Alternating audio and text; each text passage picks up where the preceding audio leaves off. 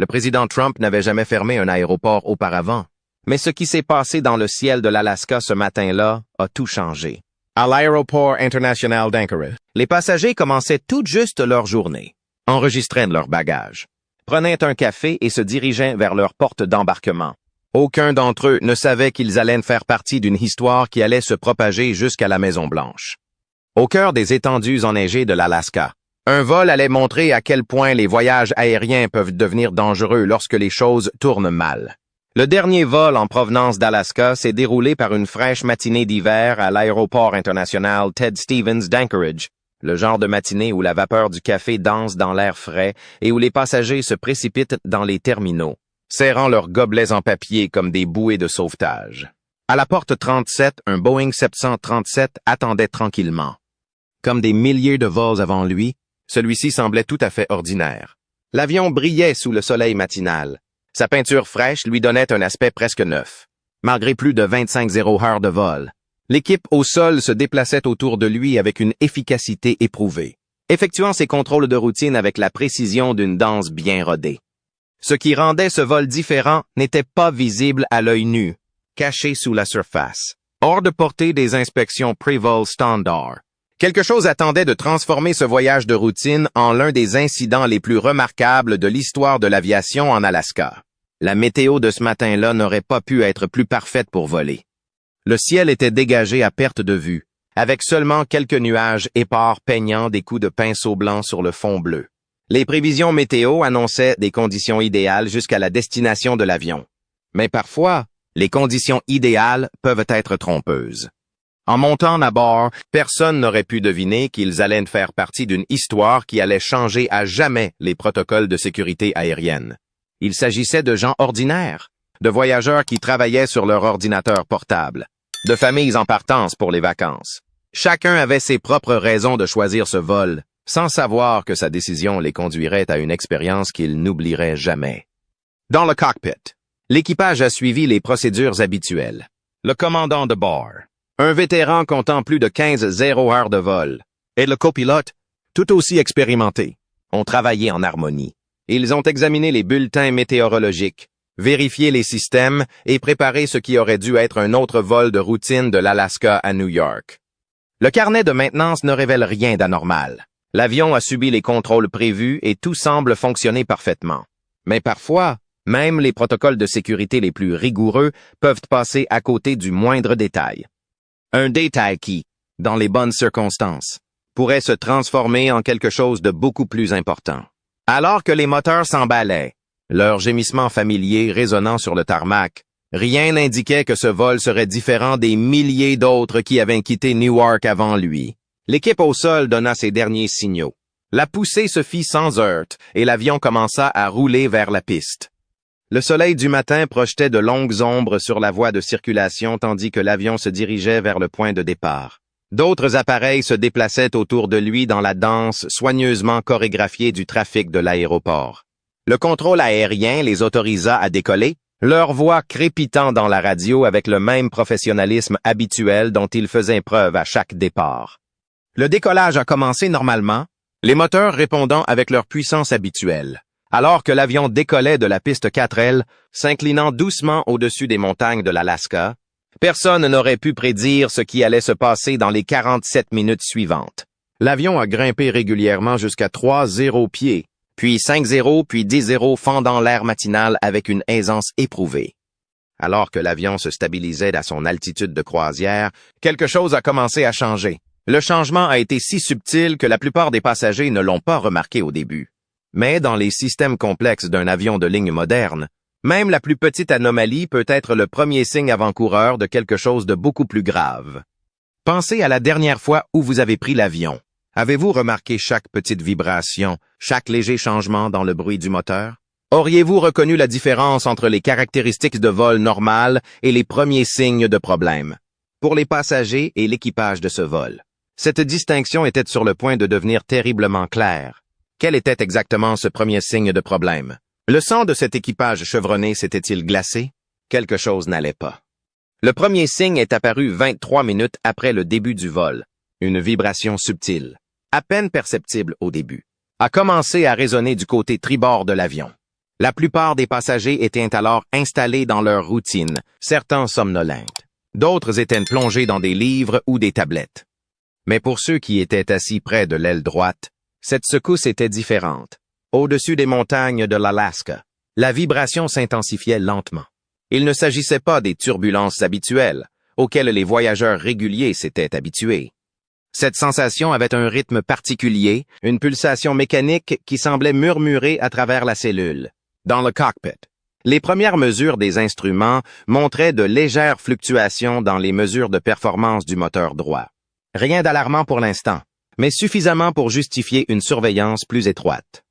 L'enregistreur de données de vol a révélé plus tard que la température interne du moteur avait commencé à grimper à un rythme de 2 degrés par minute, suffisamment lent pour éviter de déclencher des alarmes immédiates, mais suffisamment rapide pour attirer l'attention de l'équipage expérimenté.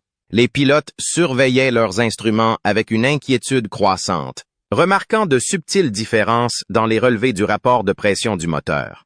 Après quelques minutes, le schéma de vibration a changé. Ce qui avait commencé comme un léger tremblement s'était transformé en un tremblement plus prononcé. La puissance du moteur droit commença à fluctuer, provoquant des variations de vitesse mineures mais notables. Dans la cabine passager, les boissons ondulaient doucement dans les tasses et les stores des fenêtres claquaient avec une intensité croissante. Le système d'alerte du poste de pilotage est resté étonnamment silencieux. Les avions modernes sont équipés de systèmes de diagnostic sophistiqués conçus pour détecter et alerter les équipages des problèmes potentiels. Pourtant, ce problème particulier semblait exister dans une zone grise, suffisamment grave pour être préoccupant, mais pas assez grave pour déclencher des avertissements automatiques. C'était le genre de situation qui mettait en évidence la valeur irremplaçable de l'expérience et de l'intuition humaine. Les hôtesses de l'air l'ont également remarqué. Leurs yeux exercés ont détecté des signes subtils indiquant que quelque chose n'allait pas. Le bourdonnement normal de l'avion avait pris une tonalité inhabituelle, une note discordante dans la symphonie familière des sons de vol. Ils échangèrent des regards entendus, leurs années d'expérience leur disant qu'il ne s'agissait pas de turbulences typiques. Les ordinateurs de bord commencèrent à enregistrer des modèles de données irréguliers. Le débit de carburant du moteur droit présentait des fluctuations microscopiques, s'écartant des paramètres normaux de quelques fractions de pourcent. Ces écarts, bien que mineurs, montraient l'image d'une contrainte mécanique croissante. Les composants internes du moteur subissaient des forces qu'ils n'étaient pas censés supporter, bien que l'étendue du problème restât cachée. La position de l'avion au-dessus de l'eau a ajouté un niveau de complexité supplémentaire à la situation. La procédure standard en cas d'anomalie moteur impliquait généralement une descente de précaution à des altitudes plus basses. Cependant, les opérations au-dessus des montagnes nécessitaient de maintenir une altitude suffisante pour des raisons de sécurité.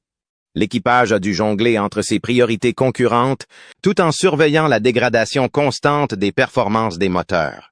Les communications radio avec le contrôle aérien sont restées courantes, mais l'équipage avait déjà commencé à discuter des plans d'urgence. Leur formation a souligné l'importance de garder une longueur d'avance sur la situation, de se préparer à de multiples scénarios tout en gérant les défis immédiats. Le comportement du moteur droit suggérait que le temps pourrait être un facteur critique, même si personne n'aurait pu prédire à quel point il le deviendrait. Les conditions météorologiques restaient favorables, ce qui était une petite grâce compte tenu des circonstances. Le ciel dégagé offrait une excellente visibilité et les vents restaient faibles à modérés. Mais même ces conditions bénignes ne pouvaient masquer le sentiment croissant que quelque chose d'important était en train de se produire. La vibration était devenue une présence constante, un rappel persistant que ce vol s'était éloigné du domaine des opérations de routine.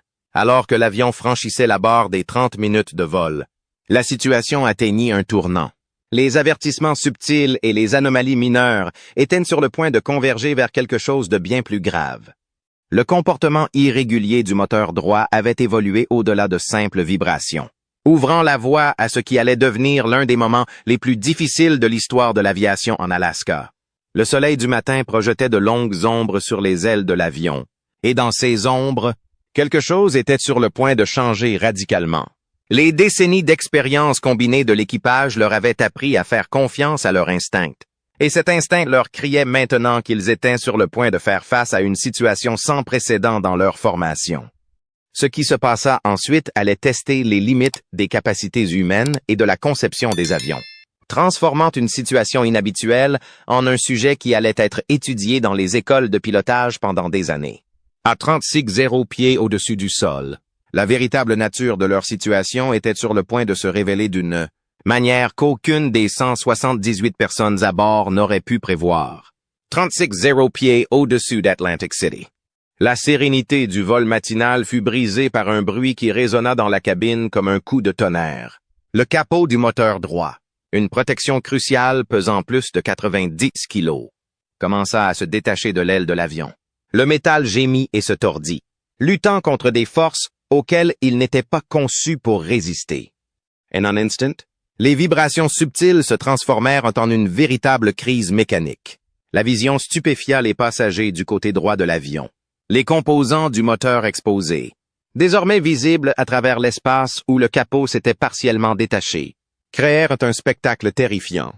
Le soleil du matin brillait sur le métal qui n'aurait jamais dû voir la lumière du jour, projetant des ombres inquiétantes sur la surface de l'aile. Le moteur lui-même commença à trembler avec une intensité accrue, ces mouvements étant désormais clairement visibles même pour l'observateur le plus occasionnel. À cette altitude, la température de l'air oscillait autour de moins 55 degrés Fahrenheit, soumettant le moteur compromis à des conditions extrêmes. Le capot partiellement détaché a créé des perturbations aérodynamiques qui se sont répercutées sur toute la cellule. Ces perturbations ont généré de nouveaux schémas de vibration, chacun menaçant de compromettre davantage l'intégrité structurelle du moteur. Les enregistreurs de données de vol ont capturé la cascade rapide d'événements. La puissance du moteur fluctuait énormément, oscillant entre 85 et 97% de la poussée normale. Chaque fluctuation envoyait des volets à travers la cellule que les passagers pouvaient remplir dans leur siège. Les systèmes automatisés de l'avion peinaient à compenser les changements soudains de poussée, travaillant des heures supplémentaires pour maintenir un vol stable. Le cockpit s'est mis à émettre des signaux d'avertissement. Des voyants d'avertissement jaunes se sont allumés sur le tableau de bord, accompagnés du carillon urgent de plusieurs alertes systèmes. L'équipage de conduite a dû faire face à une quantité écrasante d'informations, tout en gérant un avion de plus en plus difficile à contrôler. Leur formation insistait sur l'importance de rester calme, mais cette situation a mis à l'épreuve les limites de leur expérience. Le moteur endommagé a continué à fonctionner, même si chaque rotation de ces énormes pales de turbine menaçait de causer davantage de dégâts. Le capot manquant exposait les composants sensibles au flux d'air direct, créant des conditions que le moteur n'était pas conçu pour gérer. Le bruit ambiant dans la cabine augmenta considérablement, le flux d'air perturbé créant un rugissement profond et pulsatoire qui pénétra même l'isolation acoustique sophistiquée de l'avion. Les capteurs de température de l'air autour du moteur endommagé commencèrent à signaler des valeurs anormales. Les composants exposés, habituellement protégés par la conception aérodynamique soignée du capot, furent désormais soumis de plein fouet aux conditions de haute altitude. Les systèmes d'alerte conçus pour surveiller la température du moteur ont été perturbés par des données contradictoires, ajoutant un niveau de complexité supplémentaire à une situation déjà difficile. L'équipage a lancé des procédures d'urgence, effectuant sa liste de contrôle avec une précision extrême malgré le chaos qui se déroulait autour d'eux. Chaque décision prise aurait des conséquences durables, et le temps n'était pas de leur côté. Le moteur endommagé continuait de fonctionner, mais son état se détériorait de minute en minute. Le choix entre l'arrêter complètement ou tenter de gérer son état de défaillance se posait dans leur esprit. Un radar au sol suivait la position de l'avion alors qu'il entamait un virage progressif vers la côte. Le virage lui-même a présenté de nouveaux défis, car les forces aérodynamiques agissant sur le moteur endommagé ont changé en fonction de l'orientation de l'avion. La perte partielle du capot a affecté les caractéristiques de pilotage de l'avion d'une manière à laquelle aucun simulateur n'aurait pu les préparer. La position de l'avion par rapport au site d'atterrissage d'urgence est devenue un facteur critique. L'immense étendue sauvage de l'Alaska s'étendait sous leurs pieds avec des aéroports rares et éloignés les uns des autres. L'aéroport international de Fairbanks était trop éloigné et de nombreux aérodromes plus petits parsemaient de paysages. Mais beaucoup étaient mal équipés pour faire face à une situation d'urgence de cette ampleur. L'équipage a dû prendre une décision difficile. Tenter d'atterrir dans l'un des aéroports régionaux les plus proches, doté d'installations d'urgence limitées, ou essayer de regagner Anchorage, où une équipe d'intervention d'urgence complète vous attend. Sur le terrain difficile de l'Alaska, où les conditions météorologiques peuvent changer en quelques minutes et les températures chuter bien en dessous de zéro. Choisir le mauvais aéroport pourrait être désastreux. Les calculs de carburant ont pris une importance nouvelle à mesure que l'efficacité du moteur endommagé s'effondrait. Ce qui a commencé comme un vol de routine avec des réserves de carburant standard est devenu un exercice de gestion des ressources. L'équipage devait tenir compte de la consommation accrue de carburant causée par l'aérodynamique, compromise tout en conservant suffisamment de réserves pour d'éventuels déroutements ou circuits d'attente. L'enregistreur de données de vol a continué à enregistrer des combinaisons sans précédent d'alerte système et de relevés de capteurs. La nature unique de la panne a fait que certains des systèmes automatisés de l'avion ont commencé à fonctionner d'une manière que leurs concepteurs n'avaient jamais anticipée. L'interaction entre ces systèmes et les tentatives de l'équipage pour stabiliser la situation allait devenir plus tard un point central de l'enquête. Alors que l'avion maintenait sa position au-dessus de la chaîne de l'Alaska, la situation a atteint un point critique. Le capot partiellement détaché menaçait de se séparer complètement, ce qui pourrait causer des dommages catastrophiques à d'autres parties de l'avion. Les vibrations avaient atteint une intensité qui rendait difficiles les opérations normales dans le poste de pilotage, et l'équipage savait que la fenêtre d'action décisive se fermait rapidement. Le soleil du matin projetait maintenant de longues ombres sur le moteur endommagé. Ce qui avait commencé comme une vibration subtile s'était transformé en l'une des situations d'urgence en vol les plus importantes de l'histoire récente de l'aviation.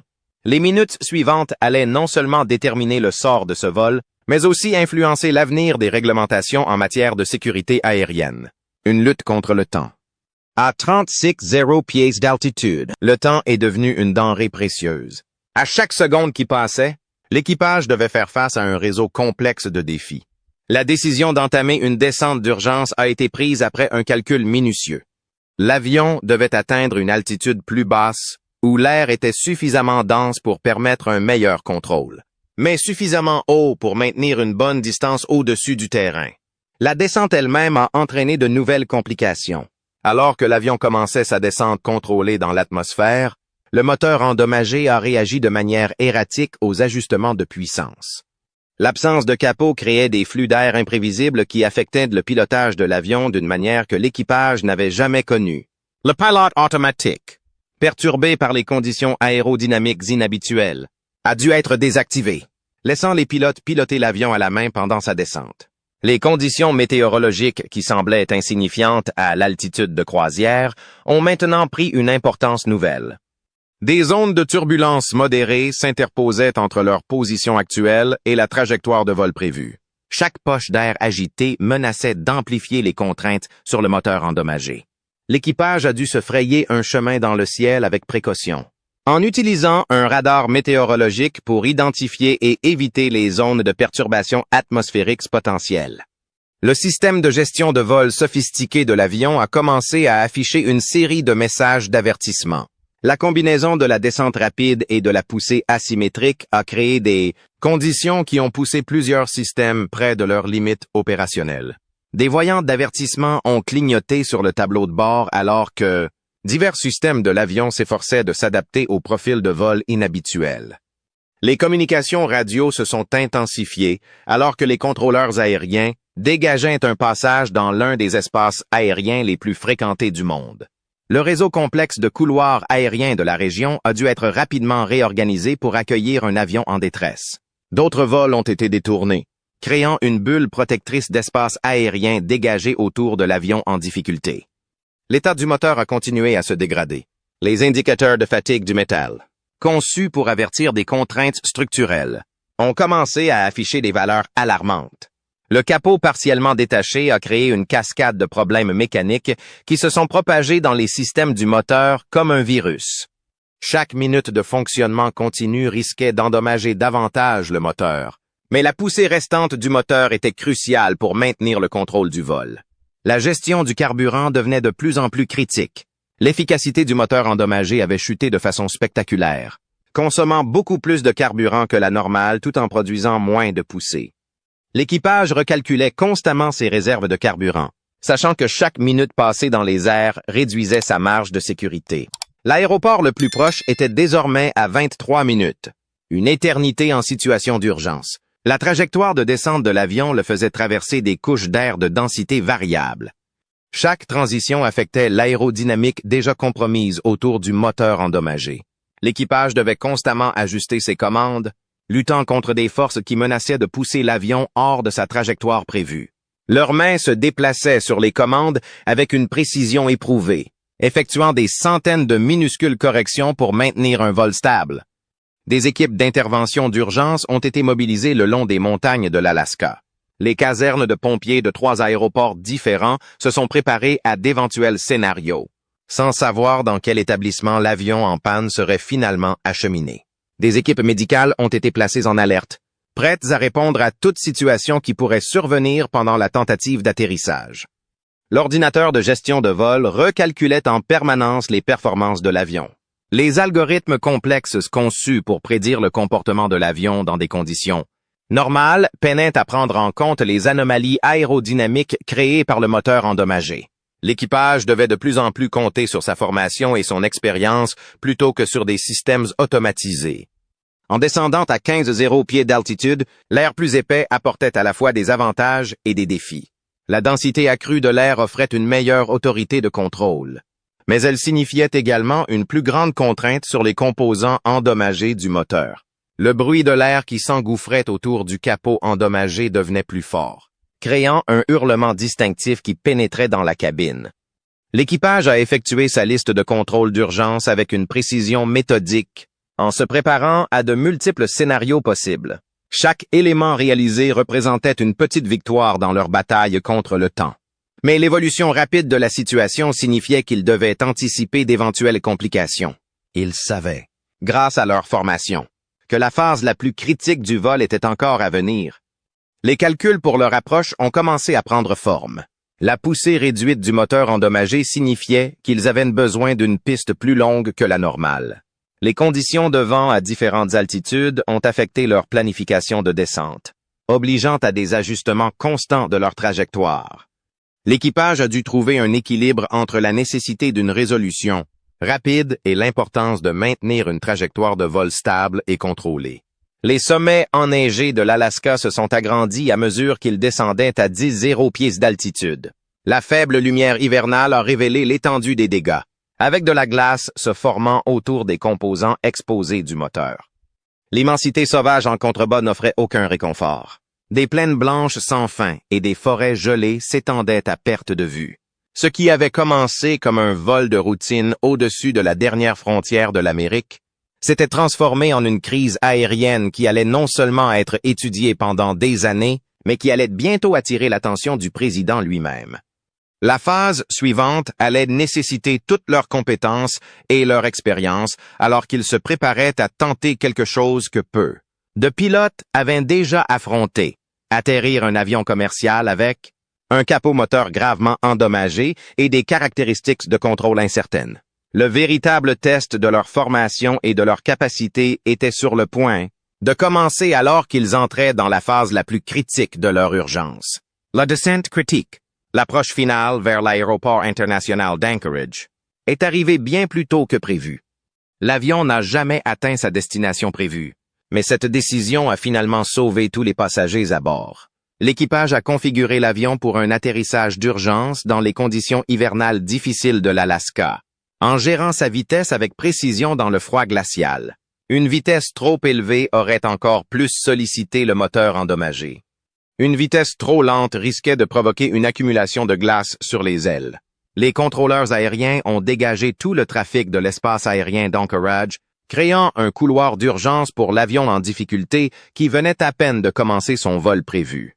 Des véhicules d'urgence étaient alignés le long de la piste recouverte de neige, leurs phares perçant la faible lumière du matin d'hiver. Les équipes de recherche et de sauvetage se sont positionnées de manière stratégique, sachant que dans le climat impitoyable de l'Alaska, chaque seconde de temps de réaction comptait. Le déploiement du train d'atterrissage à des températures inférieures à zéro a suscité de nouvelles inquiétudes. La traînée supplémentaire créée par le train d'atterrissage déployé, combinée au vent violent de l'Alaska, a rendu l'avion de plus en plus difficile à contrôler. Ils tentaient d'atterrir à une fraction de la trajectoire prévue, mais c'était leur seule option. L'avion s'est légèrement incliné vers la droite, ce qui a nécessité des corrections constantes de la part de l'équipage. Alors qu'il descendait à un 0 pied, l'équipage s'est fortement appuyé sur ses instruments. Les lumières de la piste, à peine visibles à travers la neige tourbillonnante, leur ont fourni des indications cruciales. Bien qu'ils se trouvaient à des milliers de kilomètres de leur destination, ils savaient que retourner à Anchorage était leur seule chance de survie. L'atterrissage lui-même exigeait une habileté incroyable dans des conditions dangereuses. L'équipage a réussi un atterrissage parfait malgré les obstacles, ramenant l'énorme avion sur la piste glacée avec une précision remarquable. Il n'était dans les airs que depuis 47 minutes, mais ces minutes ont semblé une éternité. La réponse du président Trump a été immédiate et sans précédent. Quelques heures après l'incident, il a ordonné la fermeture complète de l'aéroport. Ce qui s'est passé en Alaska est inacceptable, a-t-il déclaré lors d'une conférence de presse d'urgence. Mais Dieu merci, ils ont pris la décision de rebrousser chemin. Ces pilotes ont sauvé des centaines de vies aujourd'hui, et nous allons faire en sorte que cela ne se reproduise plus jamais. L'enquête qui a suivi a pris une importance nationale. Des équipes d'ingénieurs, d'experts en sécurité et de spécialistes de l'aviation ont travaillé 24 heures sur 24 et leurs conclusions ont été directement transmises à la Maison-Blanche. Le capot moteur partiellement détaché a révélé des faiblesses critiques dans les opérations par temps froid, des problèmes qui étaient passés inaperçus lors des inspections de routine. L'implication du président a accéléré la réponse des agences fédérales. Si cet avion avait continué son voyage, nous aurions peut-être une histoire très différente aujourd'hui. Trump a déclaré avec fermeté que les nouveaux protocoles d'inspection avaient été rapidement élaborés, en mettant l'accent sur les avions opérant dans des conditions climatiques extrêmes. L'incident a déclenché un débat plus large sur la sécurité aérienne dans les environnements les plus difficiles des États-Unis. L'administration du président a fait pression pour que des examens complets soient effectués sur tous les principaux aéroports situés dans des zones climatiques extrêmes. Nous allons avoir les aéroports les plus sûrs du monde, a-t-il insisté. Ce qui s'est passé en Alaska va rendre tous les aéroports américains plus sûrs. L'histoire de ce vol avorté est devenue bien plus qu'un simple incident aérien. La décision rapide de retourner à Anchorage, bien que décevante pour les passagers en partance pour la côte Est, s'est avérée être la différence entre une situation critique et ce qui aurait pu être une tragédie catastrophique. Alors que l'hiver s'installait sur l'Alaska, l'aéroport a rouvert ses portes avec de nouvelles mesures de sécurité, établissant une nouvelle norme pour les opérations aériennes par temps froid. L'incident a prouvé que parfois la décision la plus courageuse qu'un équipage puisse prendre est de faire demi-tour, même si cela signifie ne jamais atteindre la destination prévue. La prochaine fois que vous embarquerez à bord d'un avion, prenez un moment pour apprécier l'incroyable système de sécurité et de compétences qui nous permet de voler dans les airs. Cet incident en Alaska n'a pas seulement changé l'aviation. Il nous a montré comment les défis peuvent se transformer en opportunités de croissance et d'amélioration. Chaque vol est aujourd'hui plus sûr grâce aux leçons apprises à des milliers de mètres au-dessus de montagnes époustouflantes. Vous avez aimé ce voyage à travers l'histoire de l'aviation? Cliquez sur le bouton « J'aime » et abonnez-vous pour découvrir d'autres histoires fascinantes qui changent notre façon de voler. Continuons à viser les cieux ensemble. On se retrouve dans la prochaine vidéo.